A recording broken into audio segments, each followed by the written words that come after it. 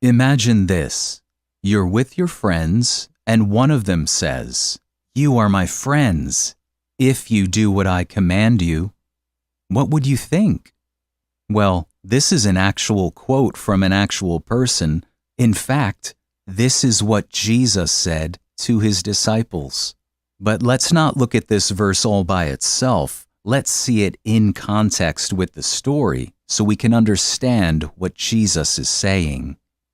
This was the last time that Jesus was together with his disciples before he was crucified, and he was giving them really good instruction on how they should continue.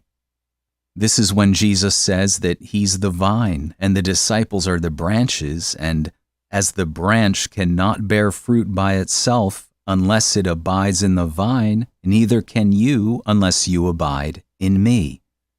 But how will they abide in Jesus? How will they stay with Jesus if he's on his way home to the Father in heaven?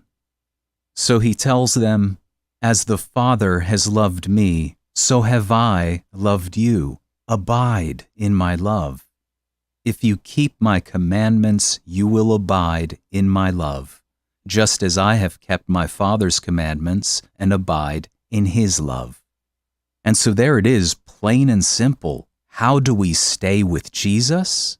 If we keep his commands, we'll abide in him, just as Jesus kept his Father's commands and abides in the Father.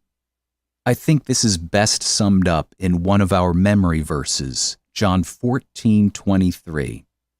"If anyone loves me, he will keep my word, and my Father will love him, and we will come to him and make our home with him." When we keep his word, we experience God's presence living in us, and that is how we abide in him. Jesus said, "These things I have spoken to you, that my joy may be in you, and that your joy may be full." Without his presence in our life, we're incomplete, but in his presence, there's fullness of joy. And what does he command us? "This is my commandment, that you love one another as I have loved you." Greater love has no one than this, that someone lay down his life for his friends. And now here it comes.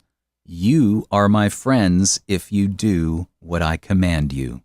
Because good friends give good advice, and Jesus is now giving them the most important advice of their life.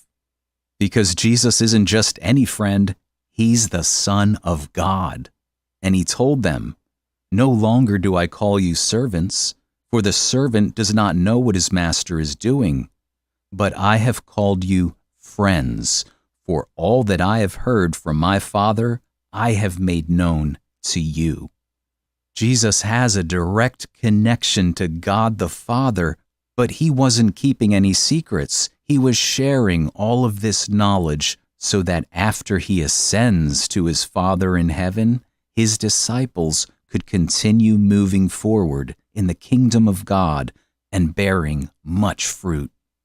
"You did not choose me, but I chose you and appointed you that you should go and bear fruit, and that your fruit should abide, so that whatever you ask the Father in my name, he may give it to you.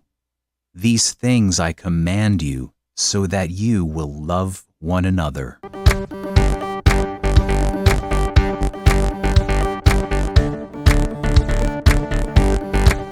I've got the joy, joy, joy, joy down in my heart. Down in my heart.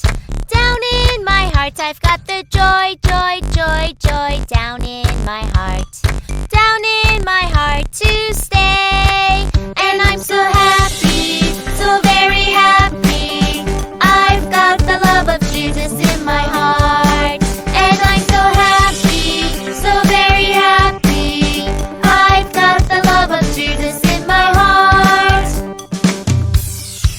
I've got the love of Jesus down in my heart.